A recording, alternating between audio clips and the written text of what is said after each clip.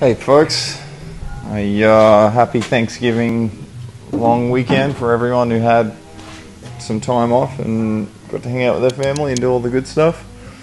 I was able to do that for a couple of days, but I've been a little out of touch with everyone, haven't had a chance to catch up, yada yada yada. I was pretty busy over the break and I managed to get some headers done. It's pretty awesome.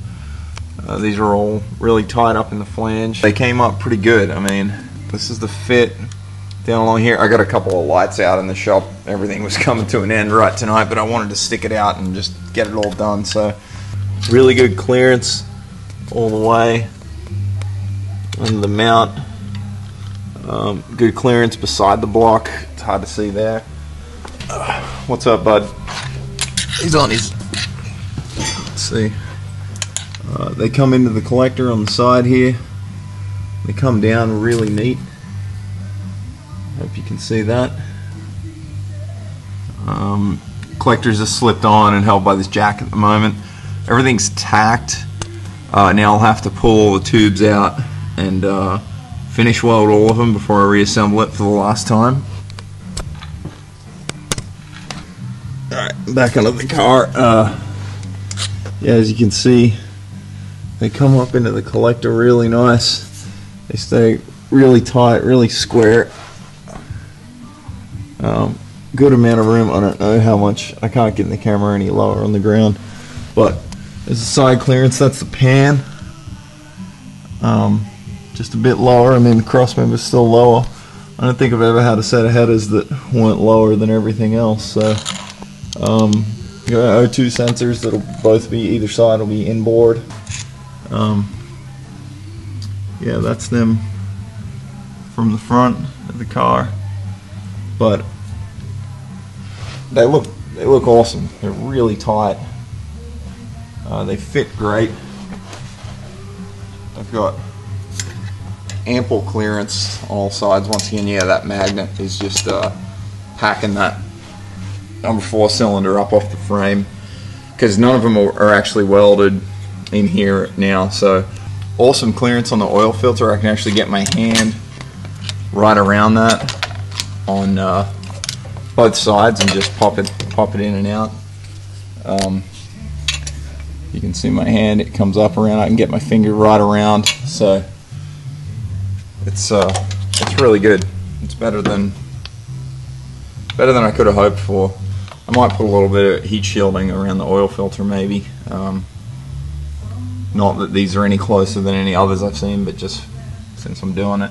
The hardest thing by far was piecing it all together once all the bends were tack welded. So getting all these shapes slipped into the collector at the same time without them walking out of the flange was a real nightmare. So my mate Evan was over and he helped me out a good bunch. I couldn't have done it by myself. It was just like juggling a bunch of wet spaghetti. So yeah, back down along here. I wish I had a better way to show, but the really good oil filter clearance. I do have one of those angled filter housings, which really helps. I recommend if anyone is building a motor and they're getting a new oil filter housing, get one of these ones. I wish I remember. I think it's Kaufman, but I got it from Butler. But it's about the same price as a regular one, and it just, if you see from the back, it just kicks the filter in a little bit closer, so you have a bit more room. But because I, fit these out, they actually fit really good. The only thing I've got to do now is my collector. You can see this extended piece here. Once I've finished welded all the tubes and it's back in, I'm actually gonna bring the collector forward. So this split here, I'm going to cut all the pipes at that length, and then the collector will come forward a bit, and then the last thing will be tack weld each. I think I'm going to use the MIG just to get these tacked so I can get up underneath there, because there's no way I could get the TIG in there. I'm sure there's someone who could do it, but it's definitely not my stick. So I'll get the MIG up under there just to put some tacks either side to get those all located.